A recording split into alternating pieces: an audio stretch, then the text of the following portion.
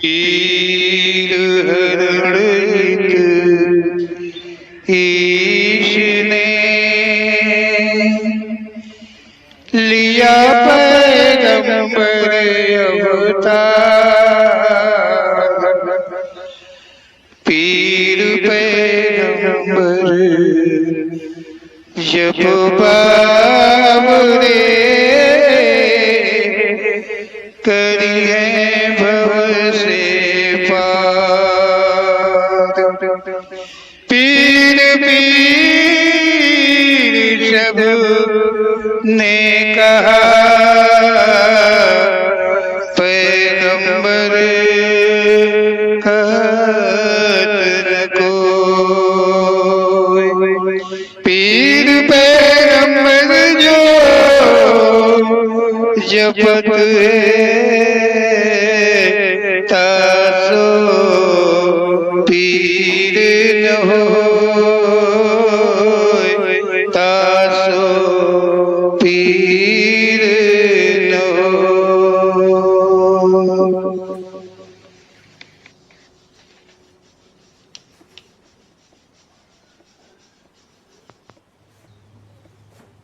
देवताओं की संख्या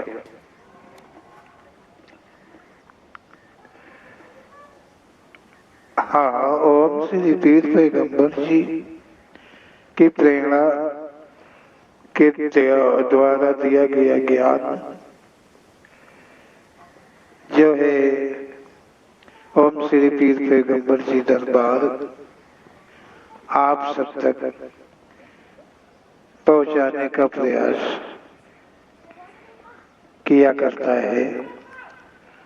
ओम श्री पीर पैगंबर जी जो दे रहे हैं, जो ज्ञान करा रहे हैं, जिस सतमार्ग को बता रहे हैं, वो अन्य कोई सक्षम नहीं है कह पाने में। ओम श्री पीर पैगंबर जी का कथन है और ये कथन प्रेरणा के द्वारा है, ऐसा हमेशा हमेशा कहा जाता है कि वो कथन जो है प्रेरणा का द्वारा है, वो प्रेरणा कर कहते हैं। उनका कथन जो है कहीं देखने में नहीं आता है, कहीं पढ़ने में नहीं आता है, कहीं सुनने में नहीं आता है, किसी सत्संग में, किसी सभा मत में, कहीं से भी नहीं आता है, क्योंकि ये उनका स्वयं का अपना कथन है। कहना है कि ये संसार है और संसार जो है परमात्मा का रचाया हुआ है, ऐसा सभी ने माना है। सच भी है। अब इस संसार में जो मानव की योनि है वो श्रेष्ठ है। नाना योनियां हैं और नाना योनियों में मानव की योनि जो है वो श्रेष्ठ है। श्रेष्ठ इसलिए है कि मानव कर्म करने में सक्षम है अन्य योनियों की भांति, इसीलिए वो श्रेष्ठ योनि है। क्योंकि मानव के मतलब कुछ भी कर पाने में सक्षम है, कुछ की कह पाने में सक्षम है। कोई भी कर्म वो अपने से कर पाने में पूर्ण रूप से सक्षम है। मानव की योनि जो है वो इसीलिए श्रेष्ठ कही है। मानव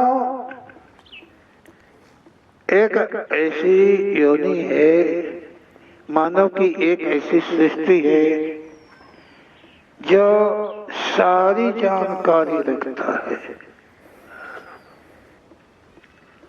वो सब कुछ जानता है। मानव के अतिरिक्त का कोई और संसार में ऐसी योनि नहीं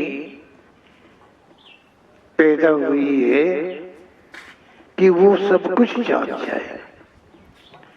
केवल एक ये मानव है, मानव की योनि है।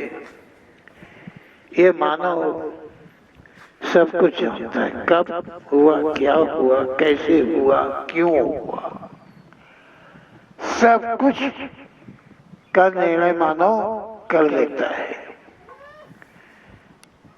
परमात्मा रचने में शायद गिनती भूल गया कहीं कोई छूट गई हो सकता है, परंतु मानव उससे कहीं आगे है। कैसे क्या बना, किसने क्या बनाया और उसने क्यों बनाया, कब से दिन बना, कब से रात बनी, कब से शाम बना, कब से सवेरे बना, कब से बादल बरसे, कब से धरती ने अन्न उपजाया, ये सब कुछ मानव जानता है। मानव से कुछ विशेष नहीं है, इतना जानता। इसीलिए तो वो मानव की जो योनि है वो संसार में श्रेष्ठ है। मानव से ऐसा कुछ शेष बचा नहीं है कि जो मानव ना जानता हो। वो पशु पक्षी से लेके और जीव जंतु की उत्पत्ति तक वो जानता है कि किसके द्वारा किसकी उत्पत्ति हुई, किसके द्वारा कौन की उत्पत्ति हुई है। मानव सब कुछ जानता है। यहाँ वेदों के अनुसार, पुराणों के अनुसार, वे पुराण मानव ने ही तो लिखे हैं, तो इनको अलग नहीं किया जा सकता है कि वेद पुराण कहीं अलग से आए हैं, निकले हैं। जो उनमें लिखा है वो किसी और का लिखा है, वो मानव का ही लिखा हुआ है। तो वेद पुराणों में लिखा हुआ है या दिखाया गया है, ऐसा सुनना है, पढ़ा तो नहीं है, सुना है कि संसार में 33 करोड़ देवता हैं तो 56 करोड़ देवी हैं, ऐसा सुना गया है। 33 करोड़ देवता, 56 करोड़ देवी, और इन सब के नाम भी मानव को अवश्य ही पता होंगे, क्योंकि सब देवियां एक साथ तो पैदा नहीं हो गई होंगी, सब देवता एक साथ तो नहीं पैदा हुए होंगे। एक के बाद क्रम से, शायद क्रम से संतानें तो क्रम से हुआ करती हैं, तो क्रम से योनियां बनी है, क्रम से हर बात क्रम से दिन चलता है। यहाँ तो क्रम से का ये संसार है। तो एक साथ में 33 करोड़ देवता शायद ही नहीं उत्पन्न हुए होंगे। इन्हीं में से कोई किसी का बाप होगा, कोई किसी का बेटा होगा, कोई किसी का नाती होगा, कोई किसी का पनाती चनाती, कुछ भी हो सकता है। लेकिन ये सब मानव को पता है। मानव इतना जानकारी, इतना ज्ञानवान ही है कि मानव ये खुद से, मन से उत्पत्ति कर देता है। कहीं भी किसी भी की भी उत्पत्ति ये कर सकता है। मानव में इतनी क्षमता है। मानव के अतिरिक्त और किसकी ये हिम्मत है कि संसार में योनियों की गणना, देवी देवताओं की गणना, आज जो कुछ भी गणनाएं हैं वो और कोई कर सके। मानव के अतिरिक्त का कोई और है? ऐसा नहीं हो सकता है, नहीं हुआ है। जो कुछ भी लिखने में, पढ़ने में, सुनने में आता है वो सब मानव के द्वारा ही है। मानव ने ही कहा है, मानव ने ही किया है, मानव ने ही लिखा है। ऐसा ओम श्री पीर पैगंबर जी का शुभ कथन है। ओम श्री पीर पैगंबर जी कहते हैं, हो सकता है कि इतनी शक्तियां मतलब जो हैं संसार में, देवियों की, देवताओं की, इन सब के नाम भी इस मानव को जरूर ही पता होगा, एक एक का नाम जरूर ही पता होगा। अपने कुल के, अपने परिवार के, अपने खानदान के पूर्वजों के नाम तो भूल जाता है मानव, परंतु ये नाम जो है देवी के, देवताओं के इत्यादि इसी प्रकार के नाम जो है वो कभी मानव नहीं भूलता है। क्यों नहीं भूलता है? क्योंकि पारिवारिक जो संबंधित के नाम है, पूर्वजों के जो नाम है, उनसे कोई मतलब नहीं निकलने वाला है, कोई फायदा नहीं होने वाला है, कोई आमदनी नहीं होने वाली है, कोई कमाई नहीं होने वाली है। इसलिए वो नाम भूल जाते हैं, छोड़ देते हैं।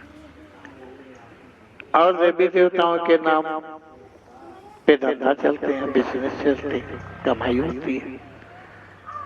जितने अधिक उत्पन्न कर दो देवी देवता मानव उत्पन्न किया करता है। जितने कर दो, जितने मंदिर आगे बना दो, आगे बढ़ा दो, उतनी आमदनी बढ़ गई। और हर नए देवी देवता की खोजबीन जो है वो मानव हमेशा किया ही करता है कि कोई एक नया नाम हो जाए तो वो ज्यादा बढ़ चढ़ के आगे हो जाए और उस नाम पे ज्यादा उसकी आमदनी बढ़ जाए। इसी प्रकार से देखा जाए तो मानव जो है संसार में श्रेष्ठ योनि है। ग्रंथों में कहा गया है कि माता सती जी के शरीर को, मतलब जब वो मृतक हो गई, अपने पिता के यज्ञ में अपने शरीर को छोड़ दिया, त्याग दिया, अपमान नहीं सहन कर सकी, तो शिव जी जो थे वो मोह के बस सती जी की लाश को अपने कंधे पे डाल के और वो भागने लगे, दौड़ने लगे। इतना दुख था, इतना कष्ट था, इतना पिछों का दर्द था उनको कि वो बर्दाश्त नहीं कर सके कि एक जगह बैठ करके वो थोड़ी देर रुदन कर लेते और उन्हें संतोष आ जाता। नहीं, और इतना वो भागे कि पृथ्वी, आकाश सब विचलित तो होने लगे।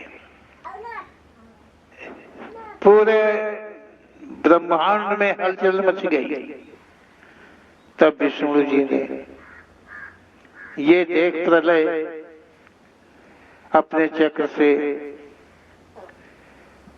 सती जी के शरीर के खंडन किए। खंडन इस तरह करते थे कि वो अंग गिर जाता था, जहां जो अंग काटते थे वो अंग वहीं गिर जाता था। देखिए ग्रंथ में लिखा हुआ है कि कामदेव को भस्म कर दिया था, मतलब काम पर विजय प्राप्त कर दिया था शंकर जी ने।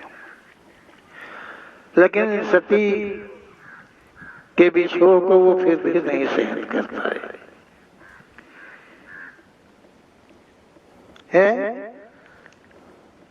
कहा है कि मतलब जो कामदेव उनके अधीन था, जो कामदेव पर विजय पाने वाले थे, वे मतलब सती के मृत शरीर पर उन्हें कष्ट हुआ आम आदमियों की भांति। आम आदमियों में शायद इतना नहीं होता है कि वो लेके भाग रहा हो, दौड़ रहा हो, ऐसा तो आम आदमी में नहीं होता है। लेकिन हाँ, वो देवता थे, वो भगवान थे, भगवान ऐसा कर सकते थे। लेकिन मानव क्या भगवान से आगे है समझदारी में?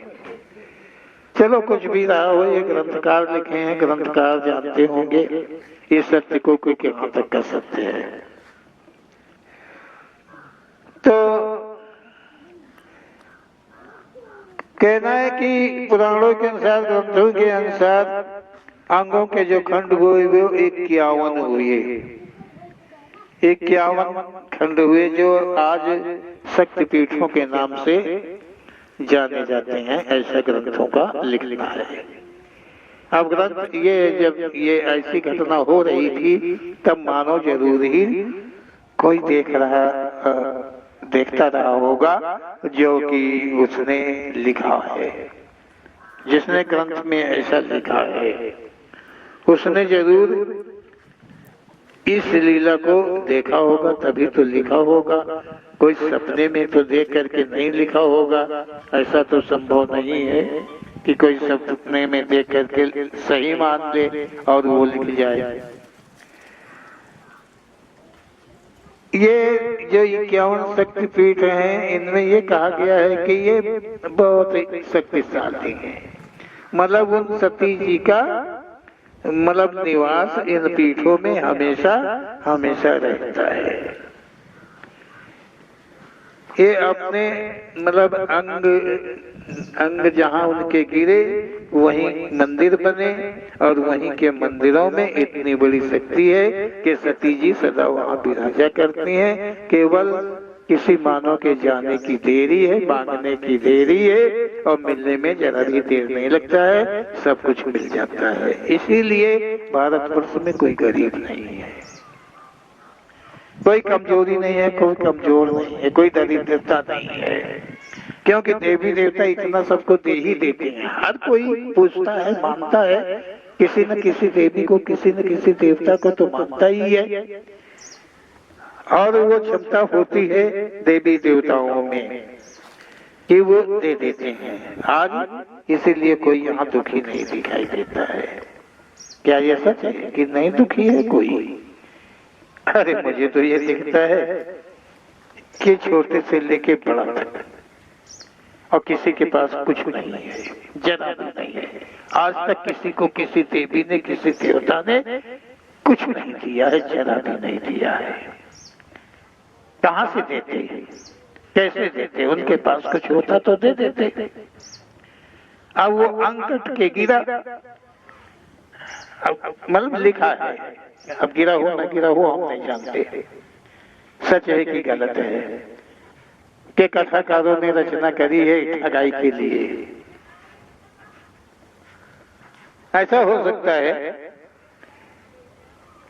ओम श्री पीर पैगंबर जिन्होंने देवी देवताओं की सेवा संभाली, उन्हें कभी कुछ मिला?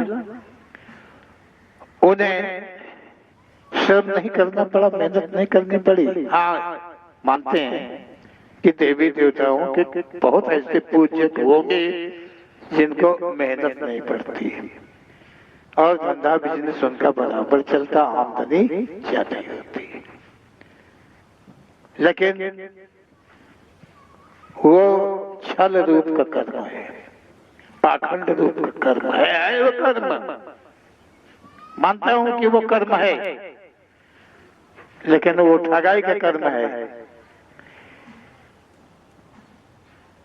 और जिसका परिणाम इन्हीं ग्रंथकारों ने लिखा है, ग्रंथों के अंदर में परिणाम भी दिए हैं, और परिणाम देने के पश्चात भी ऐसे ऐसे कर्म करते हैं जो लिखे हैं, उन्हीं के वंशज करते हैं और कोई नहीं करते हैं। उन्हीं के वंशज ही ये पाखंड की रचना, ठगाई की रचना, ये सब और कोई नहीं करते हैं, लिखने वालों के वंशज ही करते हैं। ऐसा ओम श्री पीर पैगंबर जी का कथन है कि देवी देवता सभी कुछ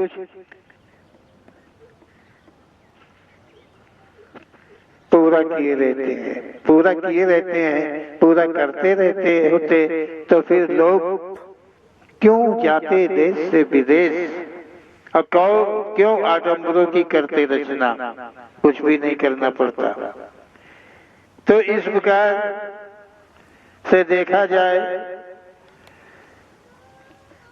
तो देवी देवताओं की संख्या यहाँ बढ़ती रहती है, क्योंकि मानो जो है देवी देवताओं की उत्पत्ति अपने से, अपने मन से, अपने ध्यान के द्वारा, अपने छल समूह को लेकर के नए नए देवी देवताओं की उत्पत्ति करता रहता है। इसलिए करोड़ों की संख्या में देवी देवता हो गए हैं। क्यों नहीं संसार में मानव श्रेष्ठ योनि माना जाए, क्यों न माना जाए? क्योंकि जितनी तो रचना परमात्मा नहीं कर सका उससे कहीं गुना मानव ने उत्पन्न किया है। ओम श्री पीर पैगंबर जी कहते हैं कि संख्या जो है देवी देवताओं की बढ़ती रहती है। भगवान का अवतार, गणेश जी का अवतार और भगवान का अवतार, दुर्गा मैया का अवतार, काली मैया का अवतार, ये हुआ ही करते हैं। वो तो एक काली थी, यहाँ तो संसार में कितने काली के अवतार हो जाते हैं, मंदिर भी बन जाते हैं, भगवान पैदा हो जाते हैं, भगवान के विष्णु जी कहीं पैदा हो जाते हैं, कहीं शंकर जी पैदा हो जाते हैं। और किससे पैदा हो जाते हैं? नारियों से, नारियों के गर्भ से उत्पन्न हो जाते हैं। ओम श्री पीर पैगंबर जी कहते हैं कि जिस गर्भ के अंदर जिस संतान की आकृति बिगड़ जाती है वो देवता मान दिया जाता है। यहाँ संसार में उसे मानव जो है देवता मान लेते हैं कि वो देवता का अवतार है। या सर उसका लंबा लंबा सो हो गया है तो कहे कि ये शंकर जी का अवतार है।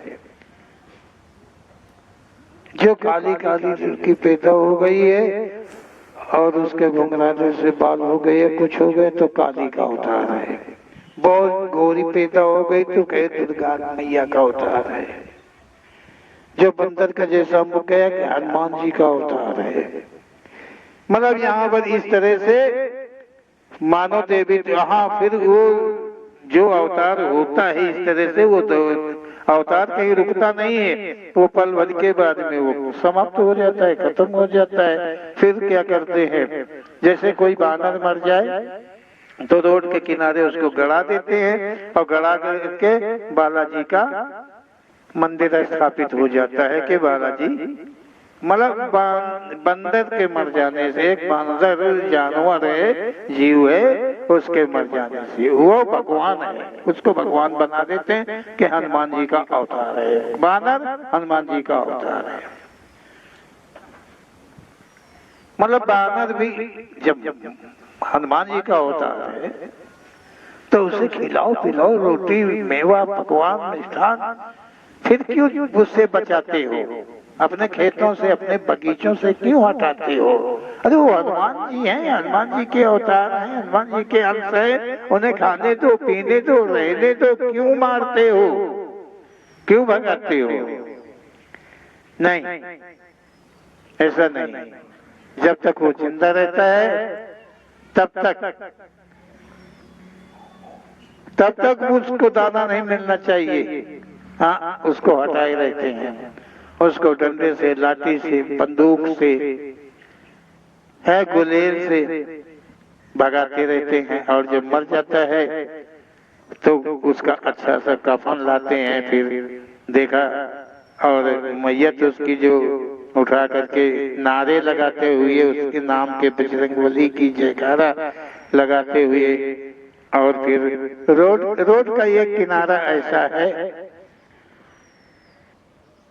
और कोई अपने खेत में तो नहीं लगाएगा, अपने बाग में तो कोई नहीं बनाएगा, लेकिन रोड का किनारा एक ऐसी जगह मिल जाती है कि लोग वहाँ पे गड़ा देते हैं, और गड़ा करके वहाँ चंदा चुंदा लगा करके जो है वहाँ एक मंदिर तैयार करते हैं, नाम उसका रख देते हैं हनुमान जी, महावीर और बजरंगबली। ये नाम गुप्त हो चुके हैं, खो चुके हैं, पुराने हो गए, बूढ़े हो गए हैं, और अब बालाजी जो है वो अभी नए हैं। बालाजी बालापन है, हाँ जरूरी है, तो बालाजी के मंदिर जगह जगह पे बनने लगते हैं, और बालाजी जो है भला सबका करते हैं। कोई भी चला जाता है तो ना नहीं करते हैं, दे देते, उठा के दे देते। बालाजी के यहाँ भरा है, भंडार भरा है।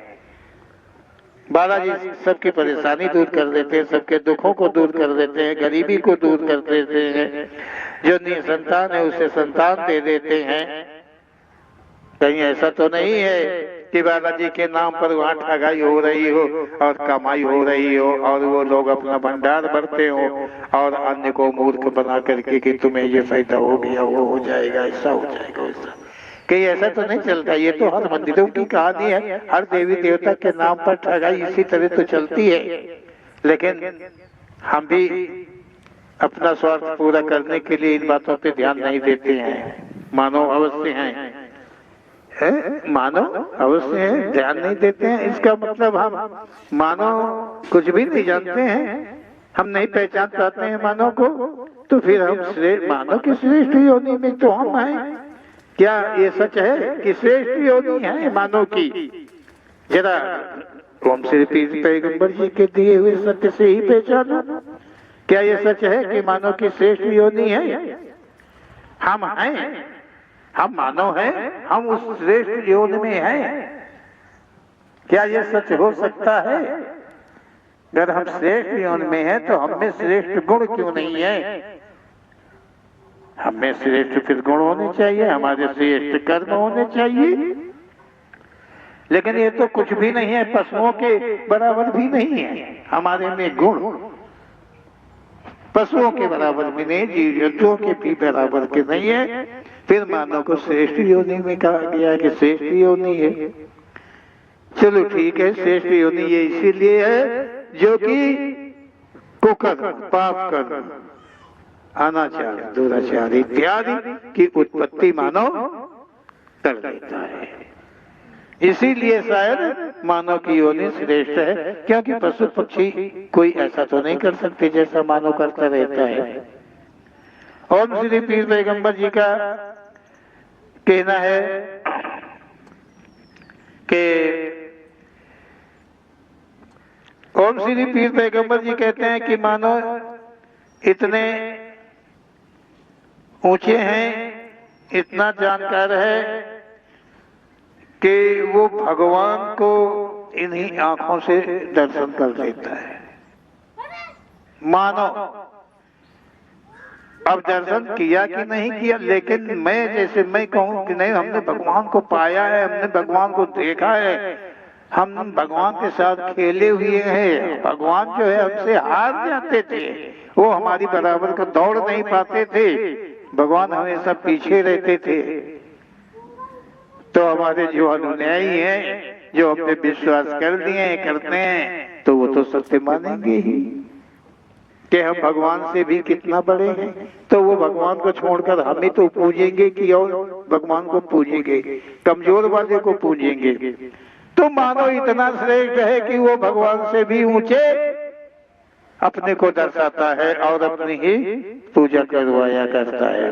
कहता है कि भगवान को उसने देखा है? ओम श्री पीर पैगंबर जी कहते हैं कि कुछ भी मानो करे, कितना भी श्रेष्ठ हो जाए, लेकिन कर्म भोगों की वो मार जो है उससे वो कभी नहीं बच पाता है, नहीं बच पाया है, नहीं बच पाएगा कोई भी। क्यों? कि मानव योनि में ही केवल कर्म हो पाते हैं और उन कर्मों के मार मानव अवश्य ही खाएगा, अवश्य ही पाएगा, चाहे कोई भी हो, चाहे जितना बड़ा संत हो गया हो, चाहे महात्मा हो गया हो, चाहे जितना श्रेष्ठ अवतारी हो गया हो, कोई भी अवतारी चाहे पैदा हो गया हो यहाँ धरती के ऊपर, लेकिन वो कर्म मार से, कर्म भोग से नहीं बचेगा। अरे जिसे मुक्त होना चाहिए था, जो पूज्य था, सारे जीवन हमेशा पूजा किया है, पूज्य था, उसे मुक्त होना चाहिए था, लेकिन वो कर्म के बंधन होके कर्म के घसीट मार खाएगा, खाता है, खा रहा है, यहाँ से मुक्त होकर कोई जा नहीं रहा है। अगर किसी को कह दिया जाए कि वो मुक्त हो गए, तो क्या वो यहाँ कहने के लिए आया था, बताने के लिए आया था लौट करके कि मैं मुक्त हो चुका हूँ, तुम भगवान को न छोड़कर हमें ही मानो, मैं मुक्त हूँ तो तुम्हें भी मुक्त कर लूंगा, तुम केवल मुझे भजो, मेरे स्वरूप का ध्यान करो। क्या कोई ये बताने के लिए, कहने के लिए आया है? नहीं। अगर कहीं पुराणों ग्रंथों में ऐसा लिखा है तो वो झूठ लिखा है एकदम, क्योंकि मुक्त का अर्थ होता है मुक्त हो गया। मुक्त हो जाने का अर्थ यही होता है कि संसार का रिश्ता उससे सदा के लिए समाप्त हो चुका है, ना तो उसे ही पता चलता है कि मैं मुक्त हो गया हूँ।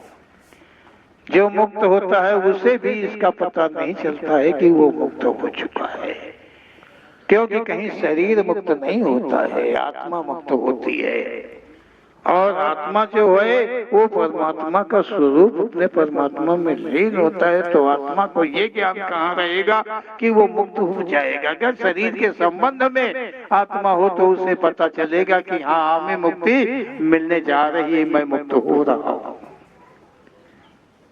ओम श्री पीर पैगंबर जी का कथन है, ओम श्री पीर पैगंबर जी के ऐसे सत्य कथन का मनन हम सभी करते रहेंगे तो अवश्य ही हम उस ओर बढ़ते जाएंगे जिधर के लिए ओम श्री पीर पैगंबर जी हम हमको ज्ञान दे रहे हैं, ज्ञान करा रहे हैं। जिस ओर के लिए उस ओर को हम बढ़ते जाएंगे। ओम श्री पीर पैगंबर जी के कथन के अनुसार जो हमें अवगुण दिखाई देंगे, उन अवगुणों को हम त्याग करेंगे, छोड़ेंगे, और जो उनके कथन के अनुसार शुभ गुण, अच्छे गुण, अच्छा ज्ञान मिलता है उसे हम अर्जित करेंगे, ग्रहण करेंगे, अनुसरण करेंगे, तो अवश्य ही हम ओम श्री पीर पैगंबर जी के बताए हुए मार्ग के द्वारा, सत्य मार्ग के द्वारा मुक्ति मार्ग तक हो करके और मुक्ति धाम तक पहुंच सकेंगे।